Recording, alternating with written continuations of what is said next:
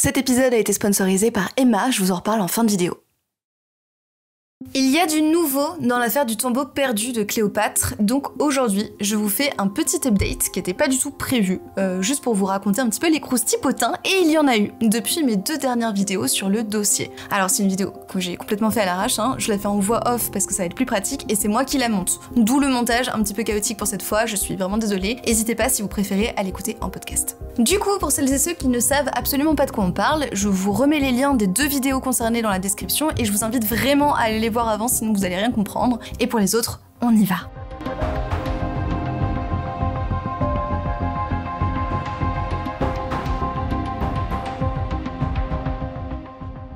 Vous m'avez presque tous spammé avec des TikTok qui annoncent ceci. This is not a drill. Dr. Kathleen Martinez has finally given us a significant update about her search for Cleopatra's lost tomb. Et en effet, le docteur Martinez a donné une conférence le 15 février dernier, soit 2 mois après mon enquête sur elle et ses recherches, pour enfin s'expliquer sur concrètement qu'est-ce qu'elle a trouvé durant ces 2 dernières années de fouilles. On en parlait dans la partie 2 de l'enquête, mais un des trucs qui nous avait beaucoup étonné avec mes co-autrices pendant l'écriture, c'est que Kathleen Martinez n'avait jamais rien publié sur les fouilles qu'elle réalisait à Taposiris Magna. Pas un article scientifique, rien. Alors que on pourrait s'attendre quand même à avoir au moins un petit compte rendu ou quelque chose, surtout qu'elle fouille là-bas depuis longtemps. Et donc, 2 mois après la sortie de l'enquête, Kathleen se décide à donner une conférence explicative. Alors je vais absolument pas dire que c'est grâce à notre enquête que ça y est, elle a été bousculée à donner des explications, pas du tout, mais en tout cas c'est cool parce qu'on a enfin des éléments à analyser. Et pour rappel, voilà les plus grosses questions qui avaient été soulevées lors de notre enquête. 1. Pourquoi est-ce qu'un permis de fouille a été accordé à Kathleen Martinez alors qu'elle n'avait jamais fouillé sur le terrain et que son diplôme est pour le moins assez controversé? Je vous laisse aller voir la partie 1 de la vidéo pour comprendre. Le point numéro 2, c'était pourquoi Kathleen Martinez fouille à Taposiris Magna pour trouver Cléopâtre alors que tous les experts égyptologues pensent que Cléopâtre n'est pas enterrée là-bas. Le point numéro 3, c'est que d'ailleurs, pourquoi est-ce qu'elle s'obstine absolument à chercher en particulier la tombe de Cléopâtre?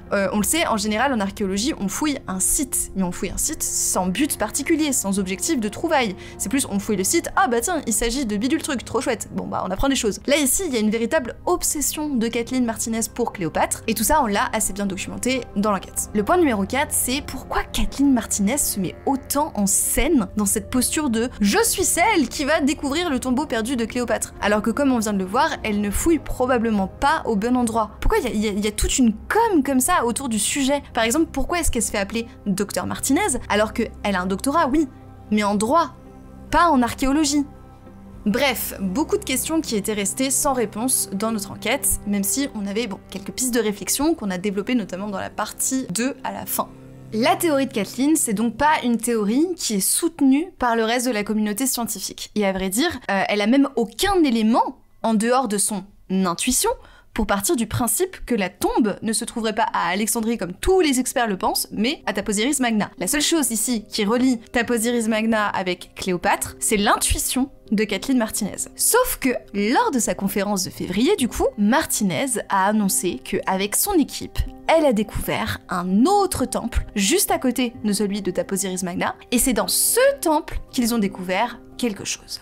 Il y avait à l'intérieur une table des offrandes avec plus de 500 pièces, avec marqué en gros dessus « Coucou, ici Bestie Cléopâtre ». Enfin, vous avez compris, en gros des pièces avec l'effigie de Cléopâtre VII, avec son nom d'un côté et son portrait de l'autre. Et donc là, pour la meuf qui faisait le TikTok que tout le monde m'a envoyé, c'est une preuve que du coup, ce tombeau est lié à Cléopâtre. And what was found inside that temple caused quite the commotion in Egypt. Sauf que tout ce que ça nous indique, c'est que ce temple était probablement actif pendant le règne de Cléopâtre. Oui, c'est ses pièces de monnaie, mais d'un autre côté, c'était les pièces de monnaie à l'époque de Cléopâtre VII. Enfin, c'était partout, les pièces de monnaie. Vous voyez? C'est pas forcément une preuve qu'il s'agit du tombeau de Cléopâtre.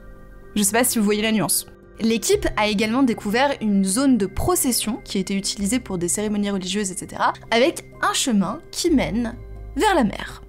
Et donc là, Kathleen explique qu'elle a immédiatement imaginé qu'il s'agissait d'une route qui connecte en réalité 2 temples entre eux. Et donc, selon Kathleen Martinez, il faut immédiatement arrêter les fouilles qui sont déjà en cours et mettre toutes les équipes dans l'eau pour fouiller là-bas. Mais pour ça, il faut un permis. Donc elle a demandé un permis. Et cette fois-ci, la communauté scientifique internationale, donc notamment des archéologues français RPZ, notamment certains archéologues qu'on a interviewés dans notre enquête, ils lui ont dit « Coucou, haha, est-ce que quand même c'est possible déjà d'avoir un compte-rendu déjà, au sujet du temple pour lequel tu as demandé un premier permis de fouille, à savoir Taposiris Magna, avant d'en entamer un deuxième? Est-ce que déjà on est sûr que c'est bien un temple dédié à Isis, comme elle le pensait? Parce que avant de commencer un autre projet, ce serait cool d'avoir des preuves, ou bien quelque chose de scientifiquement valable, autre que juste j'ai une intuition, faites-moi confiance. Et donc il voulait pas forcément lui accorder un autre permis de fouille tant qu'elle avait pas déjà fini un petit peu ce premier, quoi. Parce que, je le rappelle, pour l'instant, toute la théorie de Martinez repose uniquement sur son intuition à elle. Et à ce stade, elle n'avait toujours rien trouvé qui pourrait justifier de sa théorie à Taposiris Magna. Donc on va pas accorder des permis de fouille en boucle sans justification et sans résultat sur les premiers sites fouillés. Un des exemples, c'est qu'elle avait toujours pas retrouvé la plaquette de construction du temple. En gros, c'est une plaquette en pierre qui est placée sous une structure avec des informations clés, comme par exemple la date de construction d'un temple, par qui il a été construit, pourquoi, etc., etc. Or, ce truc-là, elle ne l'avait toujours pas. Et donc, la commission scientifique lui avait demandé peut-être d'abord avancer sur ce projet avant d'en commencer un autre. Dans la vidéo de la créatrice TikTok que vous m'avez envoyée, la créatrice semble mettre l'emphase sur à quel point la découverte de cette plaquette serait un truc absolument incroyable, gueudin de ouf, dans la mesure où personne ne l'a trouvé depuis 200 ans. So she was forced to stop all excavations into the sea and focused on finding the foundation plate. A plate that no one has been able to find for some 200 odd years by even the world's most renowned Egyptologists. Or, perso, moi je trouve ça assez étrange de le formuler ainsi, sachant que le docteur Martinez est la première à réellement fouiller la zone avec les méthodes archéologiques actuelles, donc, enfin, c'est normal que personne l'ait trouvé, cette plaquette, vous voyez?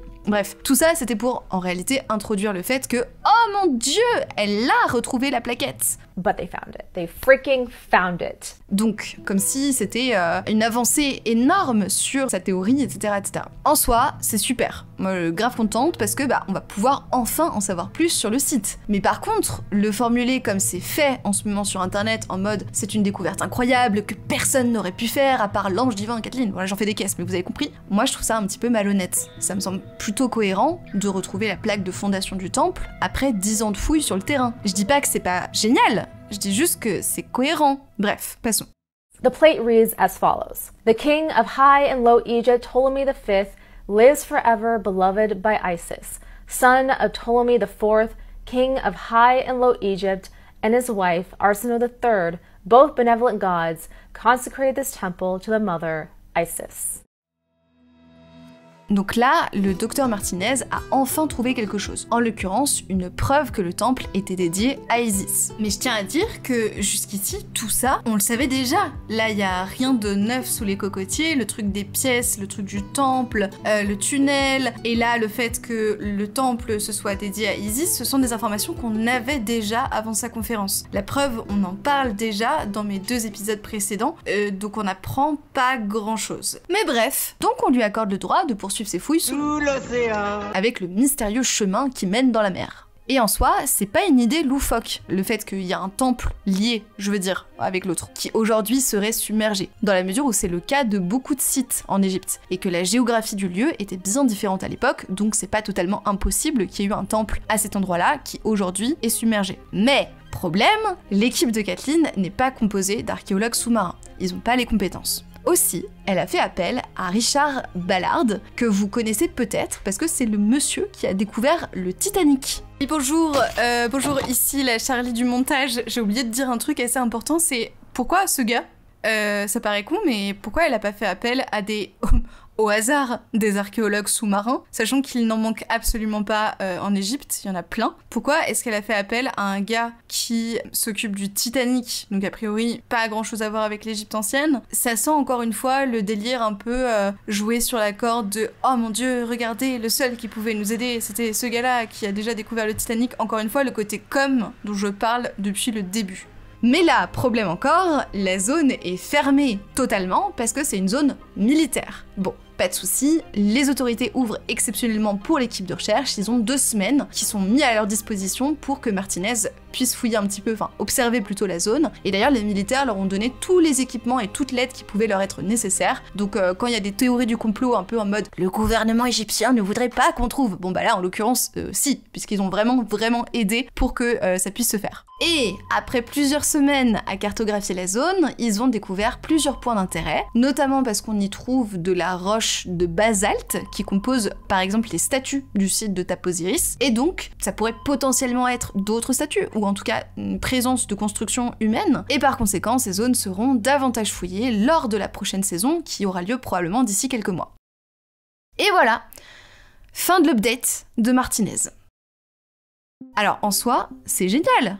On sait maintenant que le temple de Tap-Osiris Magna était très probablement dédié à Isis, et qu'il y a peut-être un temple associé, comme ça se faisait beaucoup d'ailleurs à l'époque, à savoir souvent il y avait un temple pour la divinité féminine, donc ici Isis, et un temple pour son pendant masculin, donc par exemple Osiris. On peut imaginer que ce serait le temple d'Osiris, sous la mer. Mais là où moi je suis vraiment pas d'accord avec tous les médias, ou avec la tiktokeuse là qui a fait tous les TikTok, bref, tout le monde là qui en parle, c'est que, encore une fois, on présente le truc comme la preuve que Kathleen va découvrir la tombe de Cléopâtre. I feel like every year, Dr. Martinez just keeps getting closer and closer to finding Cleopatra's tomb. At this point, I feel like it's inevitable, almost destiny, that she will be the one to find her. And I really hope she does. Or, pour l'instant, les seules preuves qu'on ait, c'est que le temple a servi sous son règne, parce qu'il y avait des pièces sous son règne, et qu'il était dédié à Isis. Mais c'est tout. Genre, ça veut absolument pas dire que Cléopâtre est enterrée là-bas. Il y a même pas de rapport là, en fait, pour l'instant. Et quand bien même on découvre un autre temple sous l'eau, ce qui est une des hypothèses aujourd'hui du docteur Martinez, en quoi ça prouverait que Cléopâtre est enterrée là-bas? Il y a aucun lien, encore une fois. Et pourtant, la nouvelle est vraiment présentée comme ça. They probably destroyed all they could to leave no trace of her memory for millennia to come. But Dr. Kathleen Martinez is about to change all of that. Dans cette situation, je reste calme et j'appelle un adulte. Un autre truc qui m'a fait beaucoup tiquer, c'est que à chaque fois on parle beaucoup aussi d'une légende, comme quoi Cléopâtre aurait dit que aucun homme ne trouvera sa tombe. Et donc tout le monde a pensé que ça voulait dire, du coup c'est une fille qui va trouver sa tombe. Et donc on vend la peau de l'ours avant de l'avoir tuée, à savoir c'est Kathleen, c'est la divine prophétie qui est en train de se réaliser et à laquelle on assiste. Il y a tout un discours comme ça, un petit peu narration en mode film d'aventure quoi. La tiktokeuse dont je vous ai montré les extraits, qui est donc très pro Martinez, dans le sens où elle l'a pas contesté, en tout cas dans les extraits que j'en ai vus, et semble pas non plus soulever des questions que nous on soulève ici par exemple, elle a réussi depuis à interviewer Kathleen. I have no words. I have no words. This actually happened. We did it. We got to interview the queen herself, the Dr. Kathleen Martinez. Et je vous avoue que je suis un petit peu déçue parce que j'ai vraiment essayé. J'ai essayé par multiples moyens, de nombreuses fois, de la joindre pendant qu'on faisait l'enquête en demandant la même chose, à savoir une interview, mais de mon côté, j'ai jamais eu de réponse. Kathleen a elle-même avoué avoir vu tous les TikTok de la jeune femme et être ravie. Alors encore une fois, on va pas tirer des conclusions spéculatives, je ne suis pas en train de dire qu'elle fait exprès de m'éviter ou quoi que ce soit, je ne suis pas assez importante, mais j'avoue que je trouve ça dommage que du coup la seule parole médiatique soit celle des gens qui vont à fond dans son délire Indiana Jones, c'est la prophétie qui se réalise, nanana, et qu'elle donne pas d'interview autrement quand on pose des questions un peu piquantes. Alors est-ce que ça a un lien, est-ce que ça n'en a pas, je ne sais pas, mais en tout cas voilà, je vous donne les informations. Parce que moi pour le coup j'aurais vraiment des questions quoi à lui poser. Mais bon, ignorez-moi, je fais juste ma rageuse, bref. Donc si on résume, qu'est-ce qu'on a appris avec tout ça, avec cette update ? Encore une fois, pas grand chose sur Cléopâtre. Oui, Martinez a découvert des choses à propos du site de Tap-Osiris Magna et c'est trop cool, mais non, il y a absolument rien qui ne prouve de près ou de loin que Cléopâtre ait quelque chose à voir avec la choucroute. En revanche, moi j'ai appris un truc, c'est que cette conférence a vraiment permis de renforcer le côté storytelling de Kathleen, qui est déjà un truc qu'on lui reproche pas mal dans l'enquête qu'on a fait. On le voit par exemple avec toute l'emphase qui est mise sur le fait qu'elle ait réussi à avoir Richard Ballard pour bosser avec elle, le gars de Titanic là. And he replied back to her email in less than an hour. No joke, Dr. Martinez said that Ballard was sitting in his office contemplating his retirement at the age of 80 when he decided that he wanted to collaborate on one more project. And that's when Dr. Martinez's email came through. Tout ça raconté, encore une fois, comme si on était dans l'Atlantide ou dans Indiana Jones, en mode « Il avait 80 ans, il avait dit qu'il ne prendrait plus de projet jusqu'à ce que Kathleen l'appelle et là il a su. » Je suis désolée, j'en fais des caisses. En gros, on continue de faire monter la sauce et le storytelling digne d'un film d'aventure, nanana, nanana, nanana, mais dans les faits. D'un point de vue scientifique, j'ai aucune réponse à mes questions de base. Alors je vais la relancer, encore une fois, mais je doute que j'ai une réponse, j'en ai pas eu avant, je verrai pas pourquoi d'un coup ça se réveillerait, c'est bien dommage. Bon, si jamais c'est le cas, je vous ferai bien évidemment un update, moi je serais ravie de l'avoir en interview. De la même manière, si jamais il y a des nouvelles d'ici quelques mois, si quelque chose est trouvé, je vous ferai aussi un update. Retenez bien, en attendant, que je suis absolument pas anti-Martinez. Là ça peut sembler, mais c'est pas le cas. C'est juste que certains points m'interrogent et je suis assez suspicieuse face au traitement médiatique de toute l'affaire. Je dis pas que la théorie de Martinez est fausse. Je dis simplement que, en l'état des connaissances actuelles scientifiques, elle est peu probable et que rien de tout ce qui a été découvert par Kathleen pour l'instant ne permet d'en tirer de telles conclusions. Et en fait, je trouve ça dommage de sa part d'entretenir l'aspect waouh, je vais découvrir le tombeau de Cléopâtre de cette manière. Et ça m'interroge un petit peu, j'avoue, sur les réelles intentions derrière toute cette histoire. Bien sûr, s'il s'avérait qu'elle découvre le tombeau de Cléopâtre là-bas, je serais absolument folle de joie, comme toute la communauté scientifique, parce que je le rappelle, normalement vous êtes censé avoir vu les épisodes, donc allez les voir si vous les avez pas vus, mais ce serait quand même une découverte absolument extraordinaire, puisqu'aujourd'hui on pense qu'on ne le découvrira jamais. Mais en attendant, avec aussi peu de preuves, je trouve que c'est beaucoup de paillettes aux yeux pour au final peu de probabilités réelles, de preuves concrètes, et du coup ça frôle presque, pas la désinformation, mais vous voyez, il y a un petit goût un peu étrange quoi. Voilà, je m'arrête là pour cette brève vidéo, c'était vraiment un petit update pour revenir sur tout ce qui avait été dit dans l'enquête qu'on avait faite il y a quelques mois. En attendant, moi je vais aller dormir parce que cette histoire m'a tout petit peu pris la tête. Et ça tombe bien, parce que cet épisode était sponsorisé par Emma, la marque des matelas les plus confortables de la Terre. Pour vous donner un ordre d'échelle, si Cléopâtre est vraiment enterrée à Taposiris Magna, à mon avis elle a bien le somme de pas être enterrée sur un matelas Emma. Ça arrive assez souvent quand je poste des stories où on voit ma chambre, qu'on me demande en fait quelle est la marque de ma literie parce qu'elle a l'air giga méga comfy. Et oui, elle l'est. Du coup la réponse la voici. Les matelas Emma. Enfin, la literie Emma. Ce sont des matelas avec une mousse à mémoire de forme, ce qui permet d'avoir du soutien dans n'importe quelle position. Même celle-là, celle-ci, celle-là un peu moins, mais quand même, ça soutient. Et je sais pas si vous avez remarqué, mais en ce moment il commence à faire super méga giga chaud. Et ça tombe bien parce qu'ils ont une technologie qui s'appelle Ergocell qui permet de mieux faire circuler l'air à l'intérieur du matelas, ce qui tient bien au frais. Au-delà des matelas, Emma c'est aussi tous les accessoires de dodo, comme les oreillers ultra moelleux à mémoire de forme, des couettes lavables en machine, ça c'est très pratique, un doudou pour mieux dormir. Non, je rigole. Ça c'est le mien. Ça c'est Pampan, il est à moi. Donc, si vous avez envie de changer de literie avant l'été, histoire d'avoir un petit peu moins chaud sur votre matelas, c'est totalement le moment, puisque vous avez jusqu'à moins 50% sur l'intégralité du site, du 26 juin au 23 juillet, et vous avez 10% supplémentaires qui sont totalement cumulables avec le code MONDEYT. Emma, c'est toujours 10 ans de garantie, livraison et retour gratuit, payable en 3 ou 4 fois sans frais, et juste élu les meilleurs matelas testés en France. Tous les liens sont disponibles en barre d'infos et je vous fais des bisous, j'espère que vous allez bien et si vous voulez me suivre de façon un peu plus quotidienne, on se retrouve sur Instagram. À plus dans le bus.